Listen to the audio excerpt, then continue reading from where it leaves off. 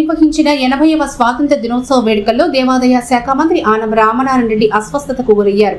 Police parade ground లో జరుగుతున్న వేడుకల్లో ప్రభుత్వ పథకాల గురించి మంత్రి ప్రసంగిస్తూ ఉండగా ఉన్నట్టుండి స్పృహ కోల్పోయి కింద వాలిపోయారు. వెంటనే అప్రమత్తమైన జిల్లా కలెక్టర్ వెంకటేష్ వెనక నుంచి మంత్రిని పట్టుకోవడంతో పెద్ద ప్రమాదం తప్పింది. వెంటనే 108 అంబులెన్స్ ను రప్పించి మంత్రికి ప్రాథమిక చికిత్స అందించారు. అనంతరం కోలుకున్న మంత్రి తన ప్రసంగాన్ని కొనసాగించారు. ఈ ఘటనతో మంత్రి ఆనం రామనారాయణ రెడ్డి అభిమానులు, కుటుంబ సభ్యులు ఆందోళనకు గురయ్యారు. మంత్రి ఆరోగ్యం కుదుట పడిందని తెలియడంతో అందరూ ఊపిరి పీల్చుకున్నారు. సమయానికి కలెక్టర్ అప్రమత్తం కావడంతో పెను ప్రమాదం తప్పిందని తెలిపారు.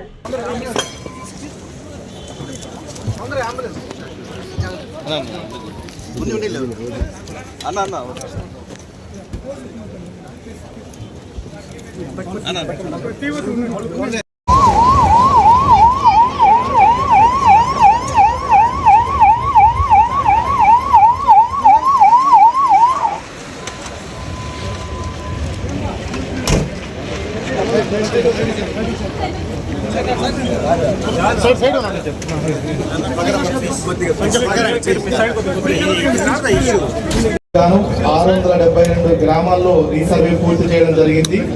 మిగిలిన 362 గ్రామాల్లో మార్చి 2020 నాటికి పూర్తి చేయడం జరుగుతుంది. దశాబ్దాలుగా సమస్యాత్మకంగా ఉన్న శెట్టిపల్లి గ్రామ భూ సమస్యను 2110 మందికి లబ్ధి చేకూరే విధంగా పరిష్కరించడమైనది. కోడూరు మండలంలో అతుకుబడి పట్టాలుగా నమోదై ఉన్నటువంటి పట్టా భూముల సమస్యను పరిష్కరించి 17,000 ఎకరాలకు సంబంధించి సుమారుగా 10,000 మంది రైతులకు లబ్ధి పొందే విధంగా త్వరలో చర్యలు తీసుకోవడం జరుగుతుంది. అదేవిధంగా దశాబ్దాల కాలంగా పెండింగ్ లో ఉన్నటువంటి తిరుపతి రూరల్ మండలం దామిరేడు భూ సమస్యను పరిష్కరించడానికి కూడా చర్యలు తీసుకోవడం జరుగుతుంది. రైల్వే, ఏపీఐసి, దుగ్గరాజపట్నం, ఓడరేవు తదితర ప్రాజెక్టుల కోసం భూసేకరణ వివిధ దశల్లో కొనసాగుతుంది. సంక్షేమం, అభివృద్ధి ధ్యేయంగా అడుగులు వేస్తూ రాష్ట్రాన్ని ముందుకు సాగుతోంది.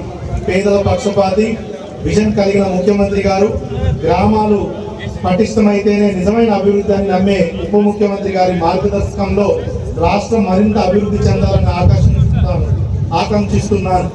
జిల్లా అభివృద్ధికి సాయశక్తులా కృషి చేస్తున్నటువంటి జిల్లా యంత్రాంగం, జిల్లా పోలీస్ యంత్రాంగం, గౌరవ పార్లమెంట్ సభ్యులకు, గౌరవ శాసనమండలి సభ్యులకు, గౌరవ శాసనసభ్యులకు, ఇతర ప్రజాప్రతినిధులకు, న్యాయ కోవిదులకు, మీడియా మిత్రులకు మరోసారి అభినందనలు తెలియజేస్తున్నాను. ఈ జిల్లాను, రాష్ట్రాన్ని, దేశాన్ని ప్రపంచ పటంలో ఉన్నతంగా నిలిపేందుకు ప్రతి ఒక్కరూ సహకరించవలసిందిగా కోరుతున్నాను. జై హింద్.